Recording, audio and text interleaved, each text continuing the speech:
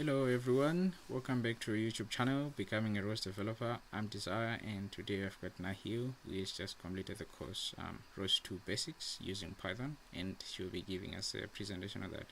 So let me now hand over the platform to her so she can begin her presentation. Alright, whenever you're ready, Nahl. Alright, so I'm just going to begin with a demo of the robot working, and then once the demo is complete, I will explain how I implemented it. Okay. So we're just going to launch our robot here. And so the basic task for this was to make a wall finding and wall following robot using the Turtlebot. So as you can see here, first I have the robot rotating until it can find the closest wall. So over here, I'm just printing out the minimum distance value that I am getting from the laser scan, and also the front laser scan reading. So once it finds the wall, it'll move forward like it did there, and then it'll rotate again so that it can align itself with the right side of the wall. Now that it's done that, the odometry action server starts. So now it's going to start printing out the total distance that it's traveled so far. So it'll keep doing that as it's following the wall.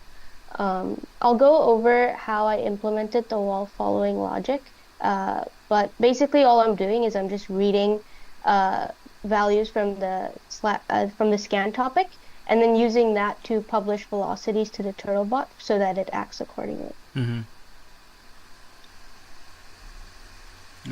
So one thing I haven't implemented in my implementation yet is differentiating between walls and obstacles, and I'll get into why later. But it's the whole purpose for my program is just to be a super simple, just to demonstrate like the capabilities of using action servers and clients in ROS2. Yes, okay. So now that it's approaching the end of the lap, it'll complete the lap and stop.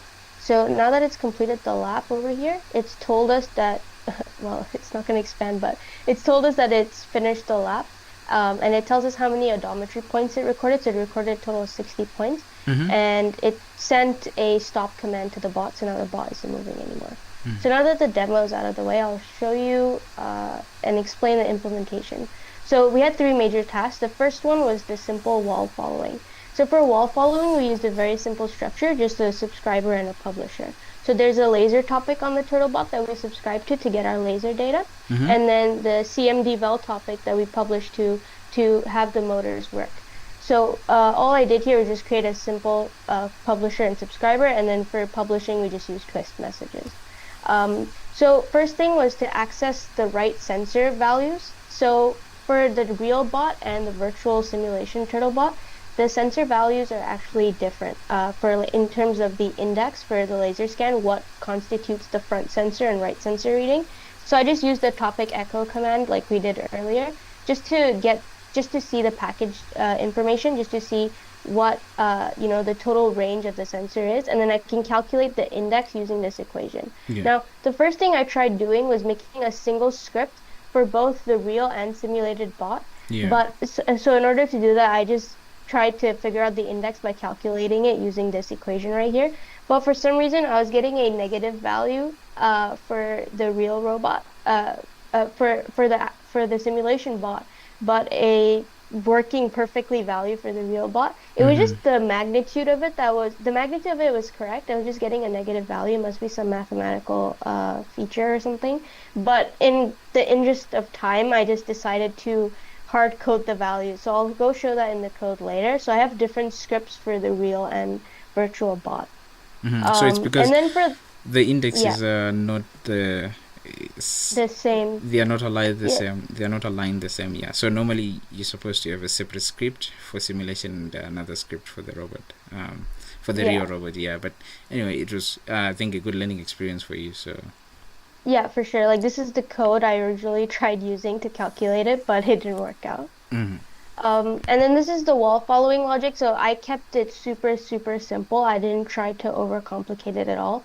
I basically just used a bunch of if statements. So my first priority was to ensure that it doesn't collide with the wall. So I'm always checking first if the front sensor detects something within 0.5 meters. Mm-hmm. If it does, then it just takes a sharp left immediately. That's how it turns along all the walls before it hits the next one. Mm-hmm. And then once I've done that check, I just have a series of simple other checks, such as if it's farther than 0.3 meters, then we want to turn right to keep ourselves aligned with the wall. But if we're closer than 0.2 meters, then we want to turn left so that we're moving a little bit further from the wall. All right. And if we're between these ranges, we'll go straight.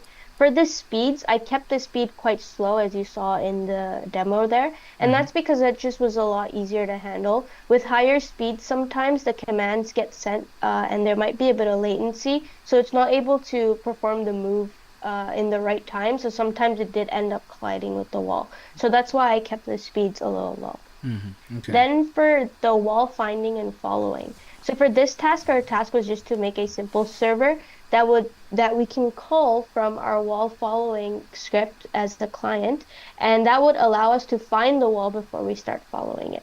And so I'll start by going through the logic for this. So the first simple logic was to just follow what was given in the instructions, which is to just rotate the Turtlebot until the front sensor value is the minimum laser value from the whole Turtlebot. So that's what this infographic shows here. We're finding the minimum from this whole red ring and then comparing it to this green marker, which is the front sensor of the bot. And if those two end up being the minimum, then yes, we're facing the wall. But all right.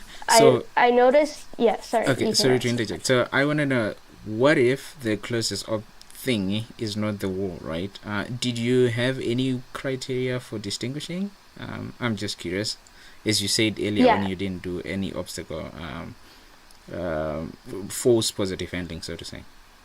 Yeah, so I don't have, right now, I'll go into my code in just a second, but I don't have any criteria for differentiating between a obstacle and a wall.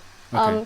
There are ways that I would tackle that. One is maybe a wall is much longer, and so my front laser sensor, like for example I'll talk about attempt 2 in a second. Sure. But my front laser section here should be all close to the minimum value. If it was a obstacle, like for example the logs that are in the simulation here, like the logs, then it would be a minimum value for just a small amount, and then it would become infinite values, right? So I could have checked it using that, but just in the interest of time and simplicity, I didn't implement anything like that. So for attempt 2, I was trying to fix that problem actually. So I tried using only the minimum laser value from the front sensor range of about 20 degrees. And this was also because sometimes with attempt 1, it had to rotate twice or 3 times before it moved forward. And the reason for that is because there are some fluctuations in the laser minimum values and what the front laser sensor is reading. It doesn't always exactly match, right? So sometimes it would be like luck. On the 3rd attempt, it would suddenly match and it would move forward. So attempt 2 was just to sort of minimize the search radius to only about 20 degrees in front of the bot. But this worked really well. It was reliably going to the wall, but it wasn't finding the closest wall. It was going to whatever wall was in front of it. So for example, if the closest wall was to the right of it, because the search radius is only, saved to the front, it would just go straight to the front wall. So that wasn't a great implementation, because if there was an obstacle in between, it would hit it, attempt 3, I just reverted back to attempt 1, but I just added a tiny buffer, which I'll show you here. I added a tiny buffer in my code to make it so if it matches the minimum value within like about 5 centimeters, then I would allow it to be considered the minimum value. So this is the buffer right here. So if my front distance was so just a little buffer, so it doesn't need to match exactly, but if it's somewhat close, then that's fine enough for it to go forward. So you're basically dealing with noise in that way. I like that implementation. Yes. So I just again tried to keep everything as simple as possible. So at the end, all of this I did in the find wall node, which contains our server. And the way that I did this was by using states, because there's 3 actions the Turtlebot has to do to find the wall. It has to rotate to align itself to the wall, it needs to move forward, and then it needs to rotate again to align the right side with the wall. So I used the concept of using flagged states, which I actually got inspiration from an example we did in the course, because my original implementation was just a bunch of nested if statements, and that got really hard to debug. So I'll show you those flags in a second. So you can see here I've got this state attribute in my find wall node class. So over here, I have my self.state, which originally starts at rotating because we want to start rotating as the first thing. And if, my front distance is, successfully within an acceptable value for the minimum distance, I change the state to be forward, and it calls the callback again, So then now it's forward, and then it'll do the same thing, and I keep doing this until we are aligned with the right. And then when it's done, then we can, end the the server. So for the wall finding service itself, the main challenge I faced was allowing both the find wall service and the laser scan callback to run at the same time.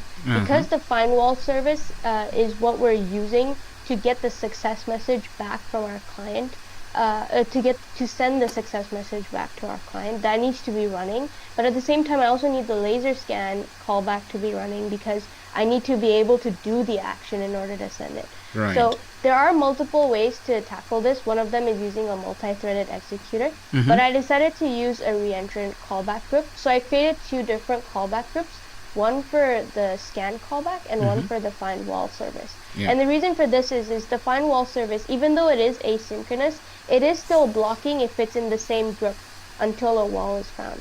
So inside the service, I just put in a simple while loop to call spin once every second or so, or every 0.1 second, to let the other callback run. Because they're in a different group, it will run.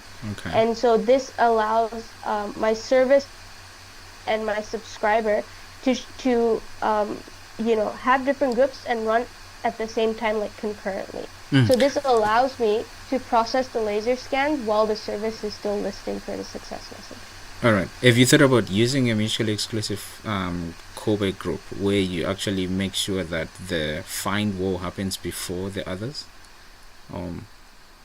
Yeah, so by default, it's in ROS 2, I believe it's by default, it is a mutually exclusive callback group. Yes. So I don't need to specify for example, for my wall following, it can only start after find wall is successfully completed. Yes. So because I didn't specify a group for the rest of the nodes, those will automatically be mutually exclusive. Correct. And so I only really had to specify the reentrant callback group for these two callbacks and for nothing else. And the rest of my code would follow the exact procedure that I want it to. All right. Yeah. Wonderful. All right.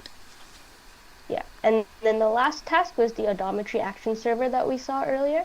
So this was probably the easiest task because all we had to do was implement a simple action server. And because action servers are fully asynchronous, I didn't have to struggle with using callback groups or anything like that because they have their own feedback callback group that calls itself. So what I did here is I just implemented one in the odom recorder. It's a separate script, which I'll show you in a second. And in the wall following file, I just made the client that sends the goal, and it receives the feedback and prints it out. And so in the feedback callback, we print the total distance traveled so far. And this is printed every second. And according to the instructions, we were asked to use a point variable, which is a type of data type interface sort of message from this package right here. And all it does is it stores the robot positions in XY from the odometry subscription. And then we append them to that list. So that's the list of 60 points that we saw earlier. So for the distance calculation, I incremented the distance. So I didn't calculate the final distance because we need to be able to print the feedback every second. Yes. I just incremented the distance every second. So I just took the point and I just did a plus equal. So I would calculate this small distance increment using simple Pythagoras and then just keep incrementing it. And so it'll automatically calculate the total distance. And then when the last position, so we start the Turtlebot, and then we also keep updating the last position. In order to check that the lap is ended, we're just checking if the last position is within 5 centimeters of the starting point. Yeah. And I added this extra requirement here that there have been at least 10 odometry points that have been stored in the list. Then the lap has ended. The reason I did this is because without adding the second conditional here, sometimes the bot would think that it's already reached the lap before it's even started, because the start and last positions are going to be the same at the start. Because the callback is updating quite frequently, right? So we want to prevent that from happening. And so a simple way to check is just if the bot has moved and it's been within 5 centimeters, then we know the lap has ended. And the way to check if the bot has moved is if we have some odometry points that we've stored. So I just put 10. It's just an arbitrary value. It could be any value. I just noticed that we have 60 odometry points, so 10 is like at least 1/6 of the way there. So I decided to use 10, but we can use any value. All right. So now I'll just go through the code one by one. So this is the wall finder. So this is where we have the service for the finding the wall. And these are the callback groups I'm talking about. So I just made 2 callback groups. And I gave one to the service and one to the laser scan callback. Because the laser scan callback is where we have all the logic. So these are all of the, flags I was talking about earlier. And then this is the buffer. And then this is just the action. We just want it to turn right, for example, when it's rotating. Yeah. And then for the wall following, here I'll go through. So these are the hard-coded values I was talking about. So this is the right and front laser indexes for the real robot. And this is the right and front laser indexes for the simulation robot. So you can see how those are completely different. And so that's why I needed 2 separate files because calculating them just wasn't working out. So over here is my logic for following the wall. So the first priority is to check if my front distance is gonna, be less than the self.formax, which is an attribute where I just hard-coded the values that I'm looking for. So for example, I want to be 5 centimeters away from the wall when I'm approaching it from the front, and then these are my minimum and maximums for the right side of the wall. And so I have all these speeds here. As you can see, they're quite slow, but I noticed that this just worked after a lot of trial and error. This just worked a lot better than trying to do it too fast. Yeah. So here I just have the turn right logic, the turn left logic, and then this is just the go straight logic. And so we're just publishing this to the CMD val topic as twist messages. And so this is how we're formatting the twist messages. We just make an empty message at the start, and then we just append the values here. The reason that we still have to append the 0.0 here, even though technically we could leave it blank because this is an empty message, is just for safety. Because if, let's say, one of these gets implemented, and then I try to update it and don't specify that I want Z to also be 0, the bot could do some erratic behavior. So just for safety, we still need to specify that. Yeah, true. And this is this is where we're doing the odometry recording. So this is where the client for the odometry action servers made. So we call it using this asynchronous method as well. And so for action servers, there's quite a lot of callbacks you need. You need the response callback, the feedback callback, and also the result callback. Yes. That's just the format that it is in ROS. And so I kept it as simple as possible. We just have here whether or not it was accepted or rejected, and then we're just printing out some log messages. And then for the feedback, again, we're just printing out the feedback that's just rounded to 2 decimal places because it's the calculation for Pythagoras. There's a lot of decimal places in the final value, and we don't want to make the terminal have too many numbers there. And then this is when it ends. And so when the odometry ends and we've reached the end of the lap, and I'll show you the logic for that in a second, we are sending a stop message to the bot. So just a simple twist message that publishes to the, again, CMD val topic to get the robot to stop after it's completed its lap. And then this is just a attribute I have for my own logic, which is self.start.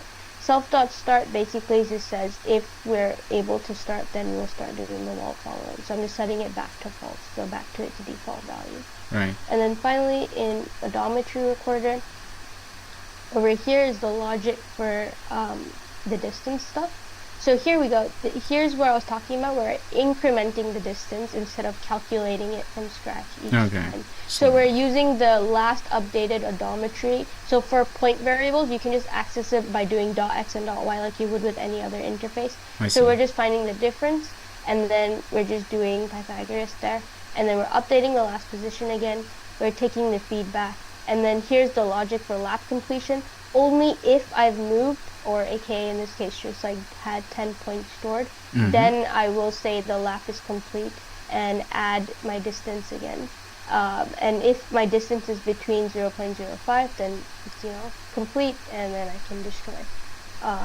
And that's the overall logic for this project. All right. Again, yeah, just try to keep it as simple as possible.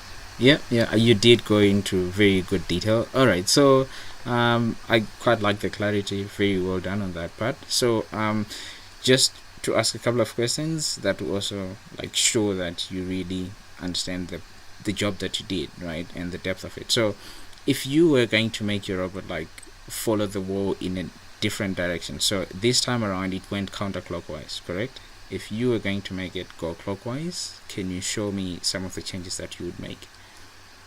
Yeah, sure. It would actually be super simple. I will just change so if I go here to my wall following and wall finding actually as well, I will just change this. Instead of accessing the right laser, I want to align myself with the left laser, right? Because now I want to have the bot following the opposite way. So I would change this to be the left laser, and then that would honestly work, but if we wanted it to be more efficient, we could also just change these angular speeds to do the other direction. But it wouldn't matter. It would just do one extra revolution, and that's fine. But yeah, we would just change the laser reading to be the opposite side of the bot. Yeah, you kind of have to reverse the other stuff as well. So you reverse the logic for the other implementations as well. But that's quite good. Thank you very much. The answer does show that you had to work a lot on this one and to give it as much thought as possible, and we quite like that. We appreciate that, and it's a very good honor to have you around and explain it in so much detail. So thank you so much for making the effort to come and present. So you just hang around and then we'll wrap it up here. Okay, Thank you. all right.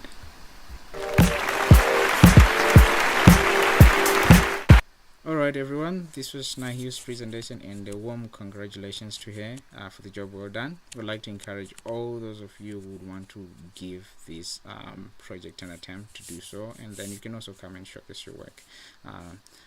Until then, we say keep pushing your ROS learning. Bye bye.